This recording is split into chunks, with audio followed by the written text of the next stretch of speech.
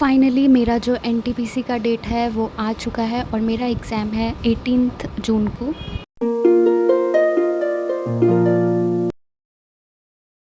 वैसे ये video clips जो है वो कल की है, तो कल से ही मैंने स्टार्ट कर दिया था एनटीपीसी का पीवाईक्यू सीरीज़ देखना।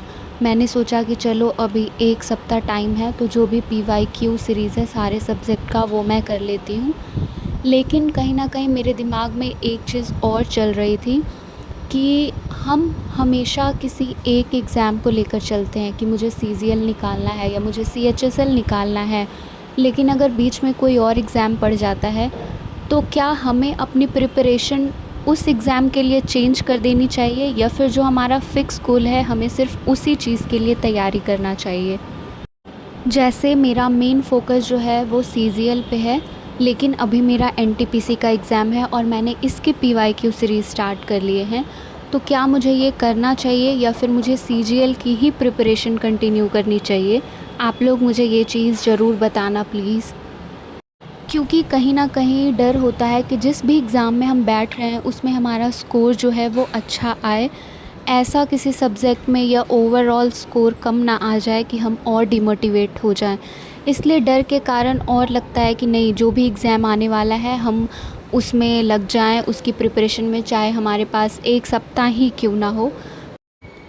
स्टार्टिंग में लगता था जब जॉइन की थी गवर्नमेंट जॉब की प्रिपरेशन करना कि सिलेबस बहुत कम है, क्योंकि इससे वास्ट सिलेबस जब मैं ग्रेजुएशन में केमिस्ट्री ऑनर्स ली थी तो मुझे उस टाइम पे लग रहा था। उसके कंपैरिजन में ये मुझे इजी लग रहा था कि इजी टॉपिक्स है, ये सब तो पढ़े हुए हैं 10th 12th में 9th में, तो आसानी से हो जाएगा।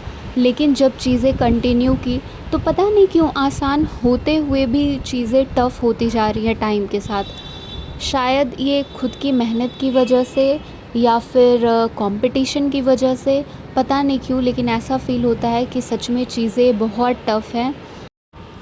कभी कभी कोई दिन ऐसा होता है जिस दिन मैं ये डिसाइड नहीं करती कि मुझे आज कौन सा टॉपिक पढ़ना है। मैं रैंडमली वीडियोस देखना शुरू करती हूँ जिसमें मिक्स्ड टाइप के क्वेश्चंस जो है वो प्रैक्टिस करवाए जाते हो, चाहे इंग्लिश हो या फिर मैथ्स हो। क्योंकि अगर हम टॉपिक वाइज करते जाते हैं तो कभी ऐसा हो जाता है कि एग्ज़ाम आने तक कोई टॉपिक छूट जाए। तो हो सकता है जब आप मिक्स्ड कंटेंट वाले वीडियोस देखो तो आपको कुछ क्वेश्चंस ऐसे मिल जाए जिससे लगे कि आपको वो टॉपिक और ज़्यादा प्रैक्टिस करनी हो। ये सोच कर के मैं मिक्स्ड वाले कंटेंट भी देखती हूँ कभी कभी।